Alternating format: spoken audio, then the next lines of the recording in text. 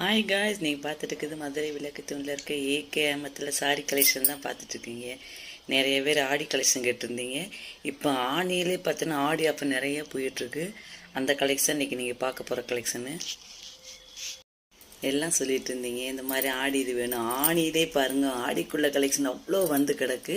நம்ம மதுரை விளக்கு தூணில் இருக்க ஏகேஎம் சொல்லலாம். இப்போ நீங்கள் பார்க்குறது பார்த்தீங்கன்னா நீட்டா பட்டு வந்து பார்த்தீங்கன்னாக்கு 496லேருந்தே இருக்குது. ஆனால் இப்போ நீங்கள் பார்த்தது 567.